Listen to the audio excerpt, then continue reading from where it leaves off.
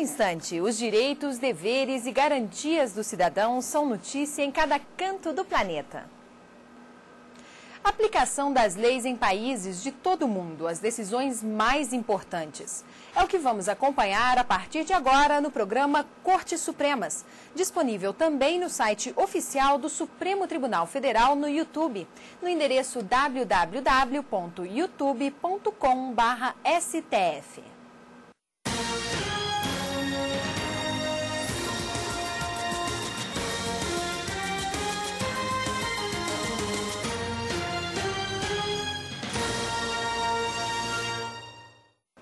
Sejam bem-vindos ao Cortes Supremas. No programa de hoje, você vai conhecer decisões importantes no Mercosul, as principais notícias das Cortes Supremas no mundo.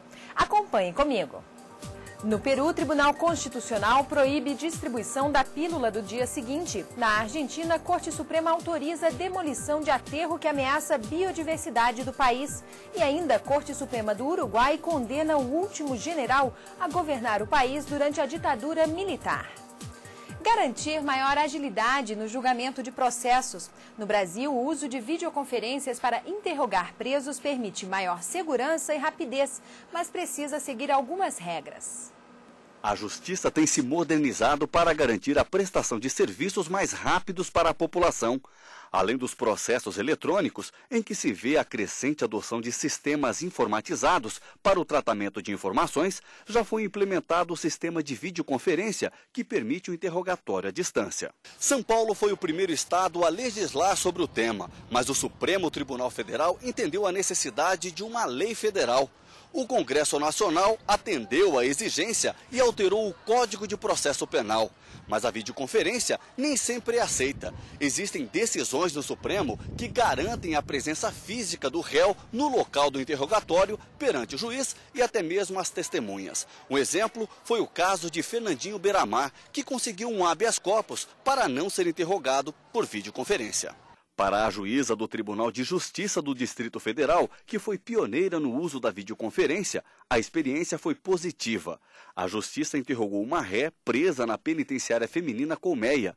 Durante a videoconferência, a ré foi transferida para o Centro de Detenção Provisória, onde os equipamentos foram instalados. Eu entendo que esse método de videoconferência, embora não seja uma regra geral, não é ruim para eles, que têm todos os direitos assegurados na medida em que eles têm acesso a advogados que estarão presentes tanto no presídio quanto em sala de audiência e têm assegurados todos os direitos previstos na Constituição. O conselheiro da OAB diz que, de acordo com o projeto aprovado pelo Congresso Nacional, existem algumas normas que devem ser verificadas para o uso da videoconferência. Estas hipóteses estão estabelecidas hoje no Código de Processo Penal, com a redação dada pela nova lei, e são elas. Para garantir que o preso não fuja durante o trajeto para o fórum, isso acontece normalmente quando haja suspeita de que o preso integra alguma organização criminosa. Para garantir que o preso possa participar do ato judicial quando ele, por alguma razão de saúde, não tem condições de comparecer ao fórum. Para impedir que o preso possa influir no ânimo das testemunhas que serão ouvidas naquela audiência, ou em razão de uma relevante questão de ordem pública. Para o conselheiro, ainda há controvérsia no interrogatório por videoconferência. Alguns especialistas criticam a utilização desse método e dizem que é preciso assegurar os preceitos constitucionais que garantem aos acusados a ampla defesa. No Peru, o Tribunal Constitucional proibiu a distribuição da pílula do dia seguinte pela rede pública de saúde. O tribunal considerou que ainda não existem provas científicas que comprovem que o medicamento não é abortivo.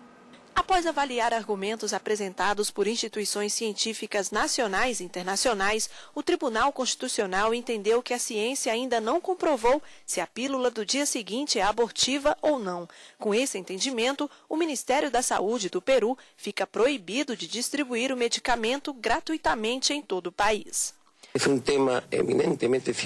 É um assunto eminentemente científico, de investigação, todavia sem resultado certo. Não encontramos a certeza para poder dizer se o medicamento é abortivo ou não. Então, nós, pelo direito à vida, temos que nos pronunciar nesse sentido. Proibimos a distribuição gratuita porque o Estado não pode ser. Nós mesmos não podemos propiciar a morte. Nosotros mismos no podemos ser quienes propiciemos la muerte. A decisão do Tribunal Constitucional não atinge farmácias e laboratórios particulares, mas determina que essas instituições incluam na posologia uma advertência aos consumidores, alertando que o medicamento pode ter efeito abortivo. Na Colômbia, a Corte Suprema determinou que comandantes de militares ligados a casos conhecidos como de falsos positivos também devem responder pelo crime.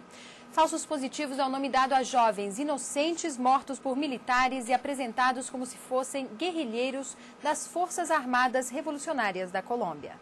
De acordo com a decisão da Corte, os comandantes militares também são responsáveis pelas execuções, já que as ordens das operações são feitas por eles. Segundo os magistrados, os comandantes militares devem obedecer à Constituição e exigir de seus homens o cumprimento das leis. A sentença foi para o caso ocorrido na zona rural do departamento de Arauca. Na ocasião, 2 camponeses foram mortos por disparos efetuados a menos de 1,5 metro de distância, o que configura uma execução. 2 militares foram condenados a 34 anos de prisão pelas mortes. As vítimas do chamado falsos positivos são inocentes mortos por soldados que, em busca de recompensa e promoção, forjam confrontos com a guerrilha das Farc, as Forças Armadas Revolucionárias da Colômbia. Desde o Plano Segurança Democrática, o Exército se empenha na captura de guerrilheiros das Farc. Segundo organizações de defesa dos direitos humanos, os falsos positivos têm como vítimas jovens de comunidades mais pobres. A justiça colombiana já recebeu mais de 1.000 inquéritos sobre os falsos positivos. E é hora de navegar.